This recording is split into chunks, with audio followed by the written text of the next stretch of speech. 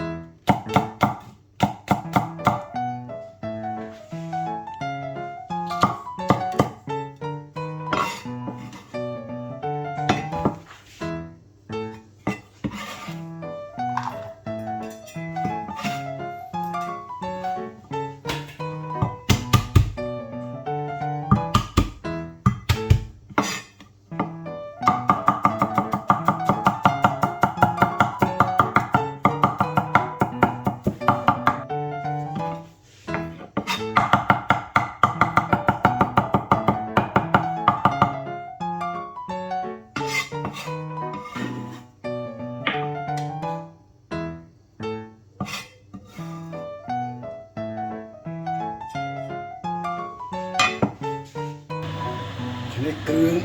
ឆាមានប្រេងខ្យងទឹកត្រីទឹកស្គីខ្ទឹមសមានចំនួននេះអានេះស្លឹកខ្ទឹមបារាំងហើយ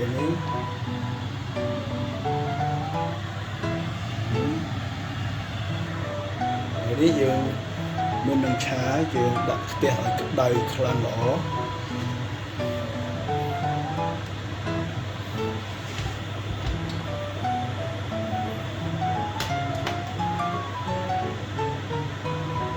ពេលខ្ទះក្តៅល្អ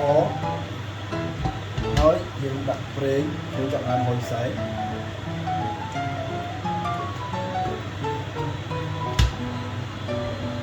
ហើយយើងហុយខ្លាខ្លោចទោះបីហុយផ្សែងទៅហើយយើងធ្វើវាលឿនដាក់ខ្ទឹមសចូលព្រោះវាលឿនតិចហើយយើងឲ្យឈ្ងុយយើងចាក់សាច់ចូល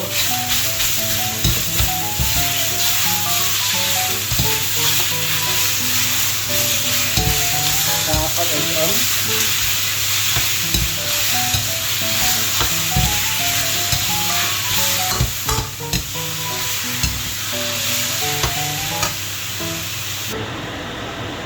នេះសាច់យើងពេលថាឆ្អិនហើយយើងដាក់អាស្ពែមចូល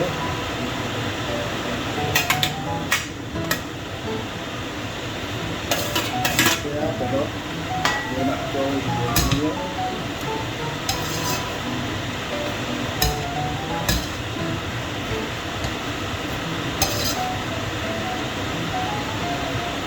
ហើយមានពណ៌សមានពណ៌ការ៉ុតនិងស្អាតមកខ្វះពណ៌បៃតងមួយទៀតគឺយើងដាក់សណ្ដែកចូល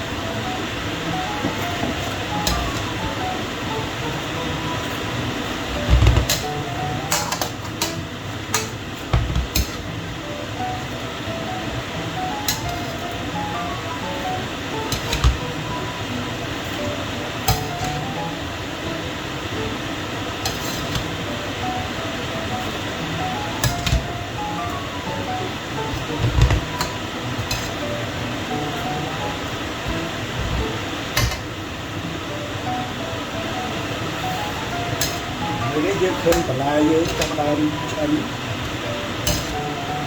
ហ បានឆ្អិនហើយយើងដាក់ស្លឹកខ្ទឹមចូលខ្ទឹមនេះស្លឹកខ្ទឹមបរាខ្ទឹមនេះខ្ញុំយើងត្រឡប់ទៀតពី3ត្រឡប់ទៅឲ្យវាចូលវាសក់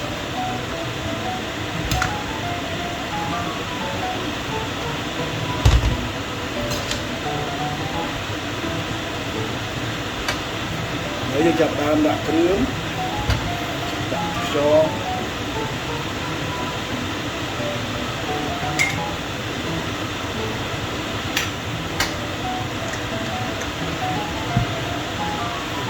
ទឹកត្រី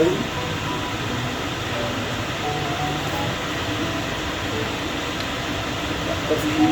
ម៉ាហ្គី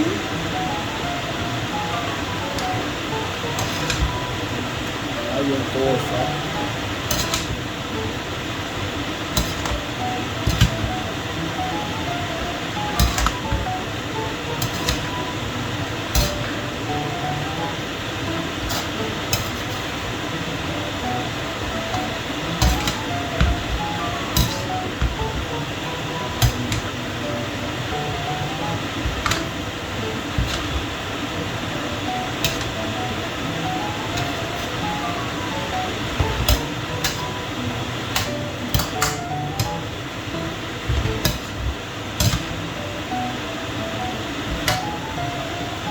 យើងមិនដាក់ទឹកទេវា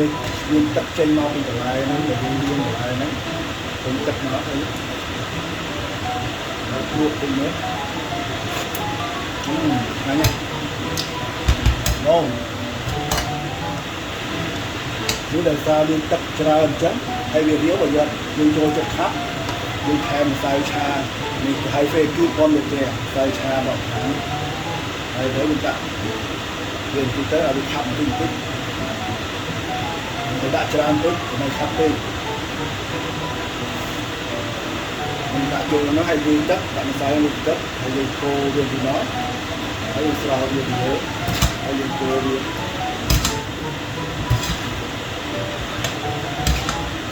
ហើយយើងខាប់បន្តិចទៅចាក់ឲ្យវាខាប់បន្តិច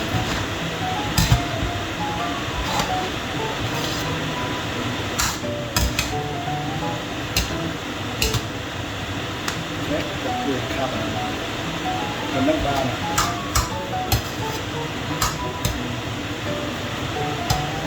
បងប្អូនណាដែលមិនទៅធ្វើអីញ៉ាំធ្វើតាមរបៀបហ្នឹងដូច្នេះយើងអត់មានដាក់គ្រឿងច្រើននេះមានតែទឹកត្រីទឹកស៊ីអ៊ីវហើយនិងទឹកត្រីខ្យងទាំងហ្នឹងដល់ពេលបញ្ចប់ខ្ញុំថែមមីលីសេសាមប្រេងល្ងបន្តិចឲ្យវាឈ្ងុយ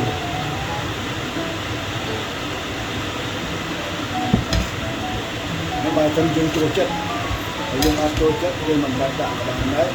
ទៅហូបហ្នឹងហើយម្ហូបយើងឆារបៀបពួកម្ហូបចិនជាច្រើនយើងចូលចិត្តប្រើស្រានេះស្រានេះសម្រាប់ធ្វើម្ហូបខ្ញុំដាក់មកពី3ចម្រោកទៅដើម្បីវាឈ្ងុយនៅពេលបញ្ចប់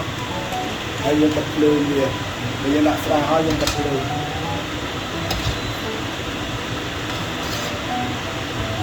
យើងកូរវាទៅ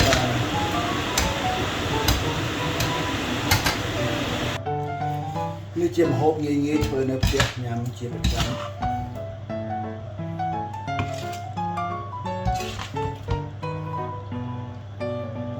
បងប្អូនណាតើគំនិតអត់ទៅធ្វើអីញ៉ាំបងប្អូនអាចធ្វើតាមខ្ញុំបានស្រួលលឿនអត់បាក់កុំពីគេទេ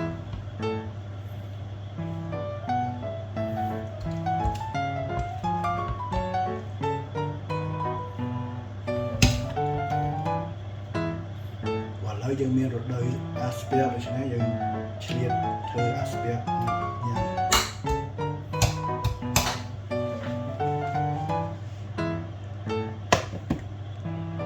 នេះបងប្អូនឃើញណានេះឆានេះ